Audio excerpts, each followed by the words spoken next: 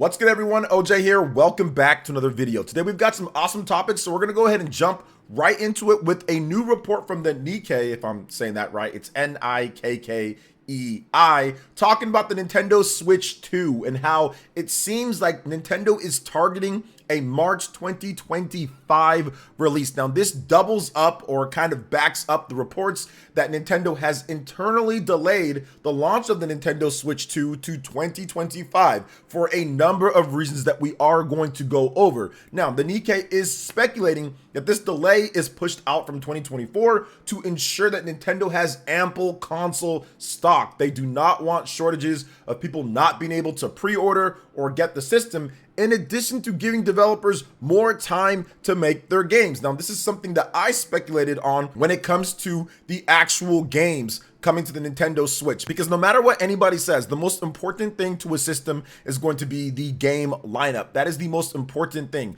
Yes, console power, it's important. Yes, the functionality and features are important. Yes, the form factor and what it does is important. Yes, the price is important. All of these things play a part, but at the end of the day, you buy a system to play great games. And when it comes to Nintendo systems, you buy Nintendo systems mainly for Nintendo games and what they do from a first-party standpoint. Now, I'm not saying all of you guys do that or everyone does, but if you look at the best-selling games on Nintendo platforms, it's usually almost always Nintendo first-party games with a few big third-party games here and there, like for example on the Nintendo Switch, Monster Hunter Rise. So Nintendo has to make sure that not only do they have a ample stock of consoles, because this is a sequel, a follow-up to one of their most successful systems of all time, and when it's all said and done will probably be their best-selling system of all time over the Nintendo DS. So they have to make sure that they get this right. And it's not just with the games, it's with the system itself.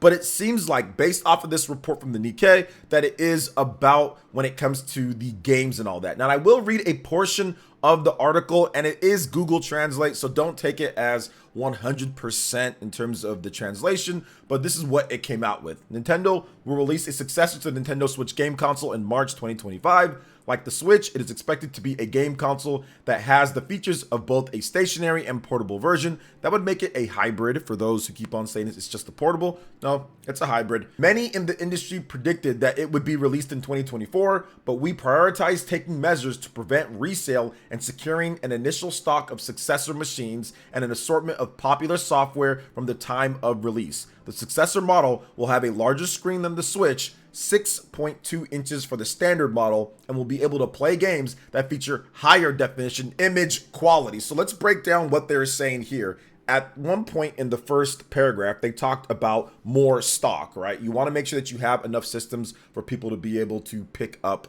the system. With the Nintendo Switch, people were a little bit wary after the Wii U, after Nintendo 3DS, the fact that there was only one major big launch game with The Legend of Zelda Breath of the Wild. People were not sure about it. Now, yes, Nintendo initially sold out of that stock very quickly. Then, of course, the ball got rolling. You know, things were looking good. Everything was fine with it. So Nintendo continued to put out more stock and get more consoles produced. Now with the Nintendo Switch 2, you can't just say, okay, let's just wait and see. Let's only have 2 million or something like that for the first month. You have to have a lot more, because there's way more people that are waiting on the Nintendo Switch 2. There are way more people that believe in this type of form factor and the games that Nintendo is putting out. This is Nintendo's best era since the Wii and DS. And I think that things are even a little bit better now at this point, because the game sales, when it comes to what sells the most in their core franchises, are doing spectacular. It's not just like Wii Sports or Wii Fit or Wii Play, but it's actual big games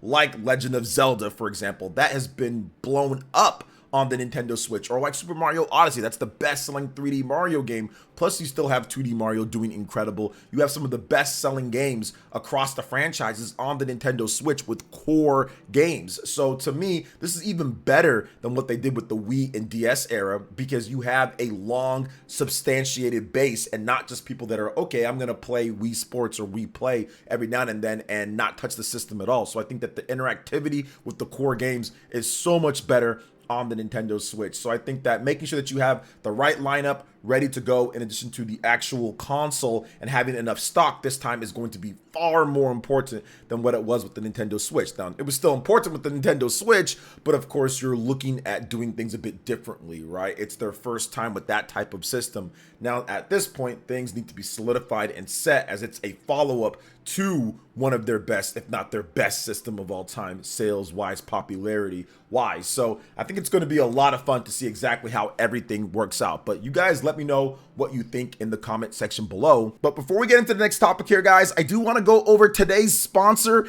and that is Unicorn Overlord from Atlas and Vanillaware. Now, Unicorn Overlord is the rebirth of retro fantasy strategy that embarks audiences on a nostalgia-infused epic SRPG adventure, inviting them to forge alliances, liberate kingdoms, and explore an expansive world with stunning visuals. Now, unlike 13 Sentinels, the focus of this game lies in strategy and tactics rather than emphasizing the narrative. It is a classic heroic fantasy tale that pays homage to classic 16 and 32-bit strategy RPG gameplay with gorgeous modern 2D aesthetics for tactics fans that want to test their real-time strategy skills with 40 to 50 hours of gameplay, which I know many of you guys definitely like that here on this channel. Now, Unicorn Overlord is available on the Nintendo Switch, Xbox Series S and X, PS5, and the PlayStation 4, and there is a demo that you can download on the Nintendo Switch right now that does carry over to the full game, and it's got a lot of content on there just with the demo. Now, Unicorn Overlord also has some incredible other features, such as its overworld exploration.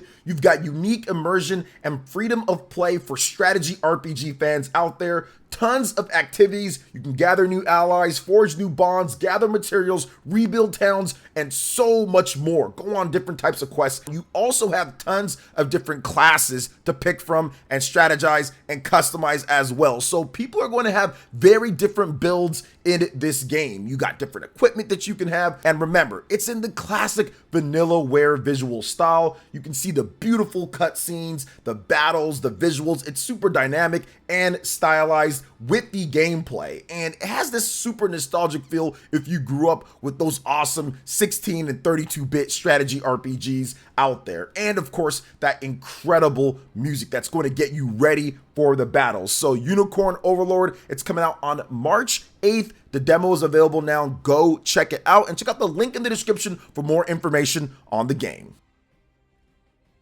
All right, guys, moving on to the next topic here. We're going to discuss Reynatis. It is officially confirmed to be coming to the West this fall for the PS4, PS5, Nintendo Switch, and PC. This is a game that I recently talked about on the channel that is the original concept for Astral Chain. Not officially, but the original concept that Astral Chain was going to have, like a modern type of Shibuya with people that can use magic and wizards in that setting. This game does that. It's a dark action RPG from Furyu and Natsumi Atari. So let's talk a little bit more about this if you missed it. The game, Reynatis, is an action RPG set in a painstakingly recreated streets of Shibuya, Tokyo. It's a world where fantasy meets reality. The citizens of Shibuya fear magic and the power it holds, forcing wizards to conceal their inhuman abilities or face oppression. Seeking freedom through strength, the wizard Marin heads to Shibuya, where he meets Sadi, an officer of the MEA, an organization dedicated to keeping wizards under control. Conceal your magic to explore the city as a regular civilian and shop or take on quests, or use your explosive powers to reach new locations and battle those who stand in your way.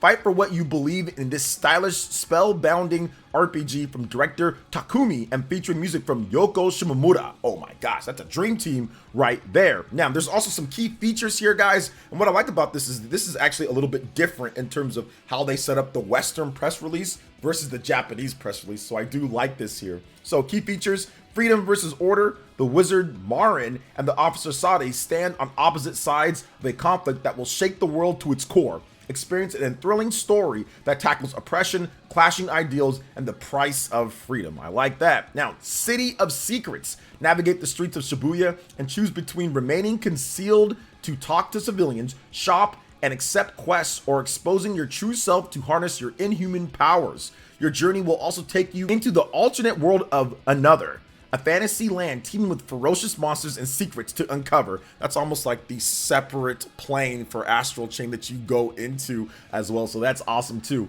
Now, might and magic freely swap between an evasive maneuvers in suppress mode and utilizing magic to deal explosive damage in liberated mode. Each of the 6 different playable characters has their own unique abilities, from summoning to aerial attacks. Now, we have the official Western trailer this fall. This game is looking awesome, and I'm not going to sit here and say that this is going to be, oh my gosh, as good as Astral Chain, a game of the year type of game and all of that, because obviously the budget isn't going to be as good as what Nintendo and Platinum Games can do, but I love the original concept because that was it, and now they're kind of making it into a whole big and different style of game. It seems like the perfect AA type of game to get into, to give a shot with, and to have a really unique or cool concept. So I love what they're doing here. I love the Western trailer. I like the art. I like the characters so far. I think that this game looks good, and I think it's going to be a solid game. Not the best or the highest rated or game of the year or anything like that, but I do think that it's going to be a solid, fun AA action RPG to get into, and something new and different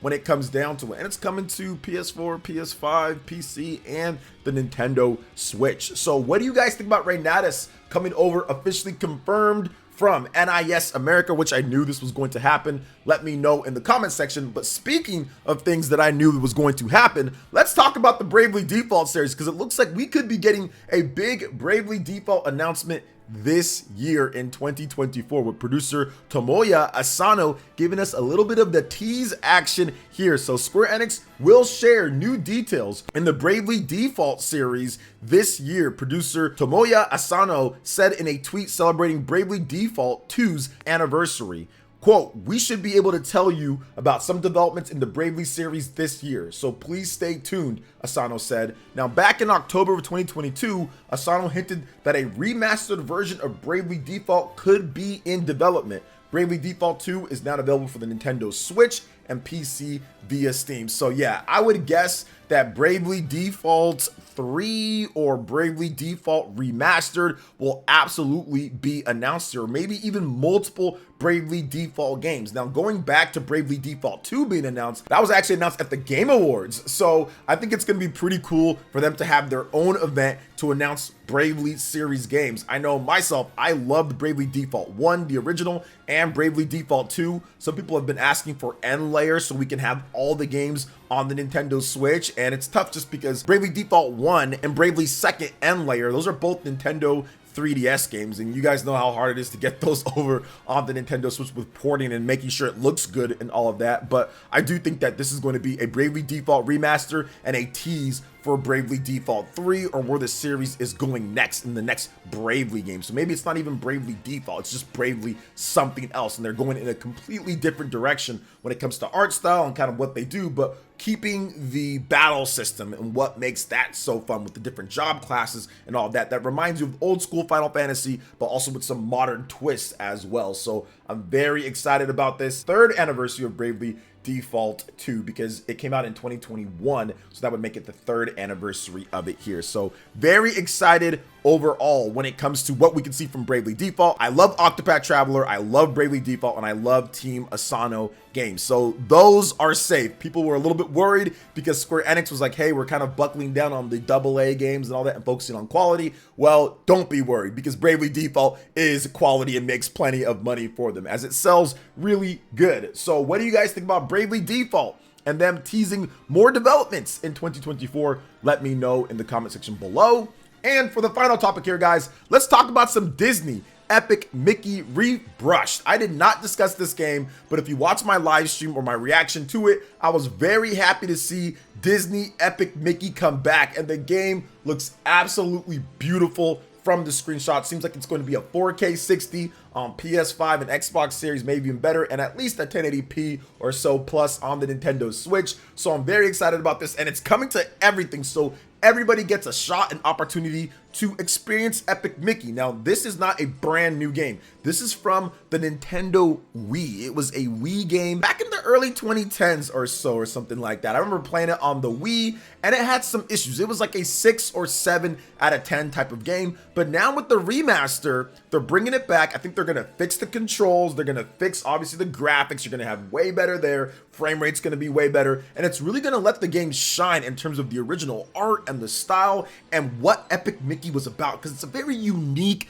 Disney and Mickey game. There's really nothing else on the market like it. It's an action platformer that has a lot of cool ideas from the team with Warren Spector and what they were trying to do at that time. It was a very innovative development team that tried out a lot of different ideas, and it has a really cool aesthetic as well. So I'm going to go over some of the key features with Epic Mickey. So explore a reimagined wasteland full of Disney's timeless characters and stories.